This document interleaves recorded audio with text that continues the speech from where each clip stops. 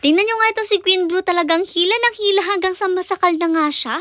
Lalabas na naman nga ngayon si Hercules at dahil maganda ang panahon, isinama na rin nga ulit nila itong si Kelvin at si Queen Blue. Magkakasama nga mag-aamang ngayon sa paglabas at alam nyo naman, expected na kaguluhan to. Although si Kelvin at si Hercules mabait sila kapag nasa labas, pero si Queen Blue may kalikutan talaga. Ito nga nung tinatalian sila, tingnan nyo talagang nag-high pa sila sa mga puppies. Pero syempre, hindi nga natin sila pinalapit kasi nga baka kung anong gawin nila at ang lalaki nila, kawawa yung mga puppies, baka mayapakan lang. After naman ng mga meet the puppies, ito nga at sinusuotan na nga silang lahat ng mga tali. Mababait rin naman talaga silang lahat talian, kaya caring-carry lang at mabilis lang ang pagtatali ngayon. Habang nakasilip nga si Queen Blue dito sa mga puppies, talagang pinipilit na kuhanin ni Bibo yung kanyang tali. Nakikita niya kasi tayo kapag napapalabas na hawak-hawak natin ang tali ng pack members, kaya syempre gusto rin niya na hawak niya. Pero syempre kapag lumabas na, hindi naman pwede na siya yung may hawak kasi di niya kakayanin ang kakulitan at kalakasan ng ating pack members. At ito na nga, nung makalabas na sila, ang may hawak kay Hercules ay si Mother, ang may hawak kay Kelvin ay si Kuya Sermer, at ang may hawak kay Kimbo ay si Kuya Edmar. Medyo napalis nga ng landas itong si Kelvin noong una, pero humabol din naman siya dito sa mga to. Basta nga talaga itong si Hercules at si Kelvin na magkasama, grabe talagang palagi sila magkadikit. Alam mo yun, kapag tumakbo yung isa, hindi pwedeng maiwan yung isa, kailangan palagi sila magkasama. Kaya naman pati ito si Queen Blue na papagaya na, at tingnan nyo ang cute-cute nilang tingnan tatlo. Kasi naman talagang magkakakulay at magkakamukha sila at pare-parehas nga din na napakawuli. Pero ewan ko ba sa mga puppies ni Hercules, wala talaga siya naging puppy na sobrang wuli kagaya niya. Pero siguro nga so far wala pa, pero in the future baka magkaroon siya ng mga puppies na kagaya niya. Anyways, ayan, nagsitakbuhan na nga sila. Alam yun naman, ayan lang palagi yung ginagawa nila kapag lumalabas sila, takbuhan ng takbuhan. Alam mo yun, para nagre-release nga lang sila ng energy na inipon nila. At syempre, nagre-release rin nga sila ng stress. Alam nyo ba noon may nag-comment sa amin na sabi, bakit daw lagi nakakulong ang mga fur babies? Lalong-lalo na nga ng huskies yan. Alam daw dapat namin ng mga huskies kailangan i-release yung energy nila. Naloloka naman ako kasi yung mga tao makakita lang talaga na isang video mo, i-judge ka na agad nila. Yung video kasi na yun, kung saan siya nag-comment, ay video lang na nasa loob yung ating pack members at nakakulong nga sa kanila mga room. At obviously, yung nag-comment, hindi niya alam na talagang pinalalabasan natin ng ating pack members at may sarili silang off-leash area. At ngayon nga, kapag lumalabas si Hercules, kung sino-sino na nga rin yung pack member ang sinasama natin sa kanya para makapag-enjoy naman sila at makatakbo ng malayo. Kasi actually, aware din naman kami na kailangan nilang ubusin yung energy nila everyday. At alam din naman namin na talagang super hyperactive palagi ang mga huskies. Syempre, naka-20 na huskies pa naman kami. Paano ba naman hindi namin yun malalaman? At sobrang tagal na rin nga natin nag-huskies. 6 years na nga po. Marami na rin talaga tayong natutunan about them. And hanggang ngayon nga ay patuloy pa tayong natututo. Anyways, balik tayo sa video. Tingnan nyo, may baka nga dito at nakikipaglaro pa kay Hercules. Ang baka din daw kasi itong si Hercules, charot lang. Malaki lang nga talaga siya. Halos kasing laki na ng baka. Charot lang ulit.